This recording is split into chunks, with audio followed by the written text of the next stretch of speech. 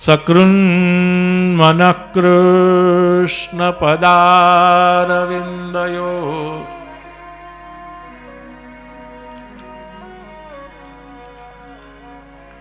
નિવેશિતં તદ્ગુણરાગિરૈરિહ ન તે યમં પાશભૃતશ્ચ તદ્ભટાં સ્વપ્નેऽપि પશ્યન્તિ ચેણ નિષ્કૃતાઃ.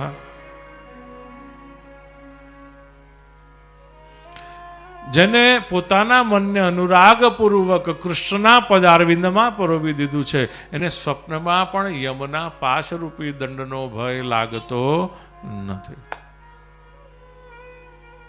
આ મનની ગતિ જે ભરતજીએ બતાવી છે ને બહુ ગજબ છે.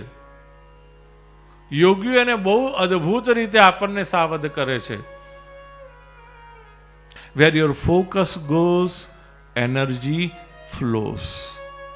હવે આપણે નક્કી કરવાનું કે આપણું ફોકસ ક્યાં જાય છે, જાગતા, ઊંઘતા, સ્વપ્નમાં કે હરતા ફરતા, ગમે તે રીતે.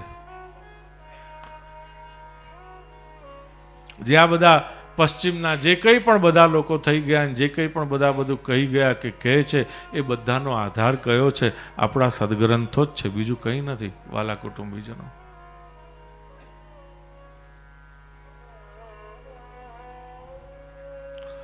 બહુ અદ્ભુત વાત કરી કે અનુરાગપૂર્વક જો મન પરોવાઈ જાય તો પછી સ્વપ્નમાં પણ યમનો પાશરૂપી દંડનો ભય લાગતો નથી. યમરાજાની બીક શેની લાગે? આપણે તો કૃષ્ણના ભક્ત છે. મહારાણીમાં આપણું રક્ષણ કરે, એનો આશ્રય કર્યો હોય તો કે આ તો તું મારો ભાઈ છું, યાદ રાખજે.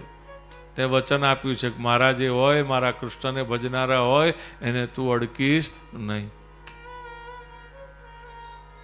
આપણને મનથી એટલો ગર્વ હોય, ઉત્સાહ હોય, વિશ્વાસ હોય કે યમ આપણું કંઈ બગાડી શકે નહીં. કારણ આપણે કેવલ એના રાજીપાનો વિચાર કરીને જીવીએ છીએ, કેવલ એના સુખનો વિચાર કરીને જીવીએ છીએ, કેવલ એનું સુખ. બોલે તમારી પાસે કોઈ પ્રમાણ છે કે એમને જ બસ આમ બોલે જ રાખવાનું? બોલે નહીં, પ્રમાણ છે ને અજામિલ. ભક્તિ શિથિલ ક્યારે થાય? એમાં પ્રમાદ આવે ત્યારે. પ્રમાદ આવે ત્યારે ભક્તિ શિથિલ થાય. અજામિલ. અને પછી એ બકરું બની જાય તો પછી વધે રહી જાય. હા, ભક્તિ શિથિલ થઈ ગઈ તો વધે રહી જવાની, સમજજો. કોઈને કોઈ રૂપે વધે રહી જવાની, ક્યાં ખબર નહીં પડે.